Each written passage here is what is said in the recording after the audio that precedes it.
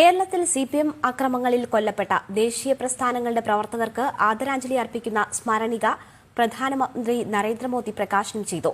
ആഹുതി എന്ന പേരിൽ പുറത്തിറങ്ങിയ സ്മരണിക മാർക്സിസ്റ്റ് ഭീകരതയുടെ നേർചിത്രം വരച്ചുകാട്ടുന്നതായിരുന്നു. आज यहाँ जो आहुति नाम की किताब बांटी गई है, आप समय निकाल करके उसको पढ़िए.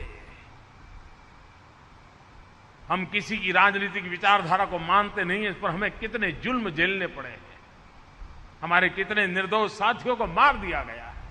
കേരളത്തിലെ ആദ്യത്തെ രാഷ്ട്രീയ കൊലപാതകമായ വാടിക്കൽ രാമകൃഷ്ണൻ മുതൽ ആഴ്ചകൾക്ക് മുമ്പ് ഇടത് ഭീകരതയുടെ കൊലക്കത്തിക്ക് ഇരയായ വിനീഷ് വരെ എത്തി നിൽക്കുന്നു ആഹുതി എന്ന സ്മരണിക.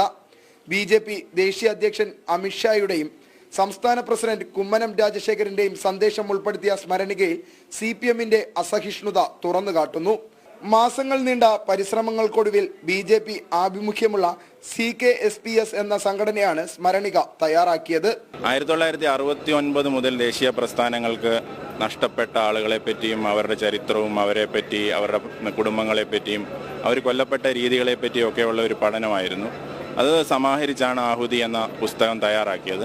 സിപിഎമ്മിന്റെ കൈക്കരുത്തിനെ അതിജീവിച്ച് ജനാധിപത്യ സംരക്ഷണത്തിനായി നിലകൊള്ളുന്ന കേരളത്തിലെ ദേശീയ പ്രസ്ഥാനങ്ങളുടെ മനോവീര്യം ഉയർത്തുന്നതായി മാറി കൗൺസിലിനിടെ പ്രകാശനം ചെയ്ത ആഹുതി എന്ന സ്മരണിക. ടീം ജനം, കോഴിക്കോട്.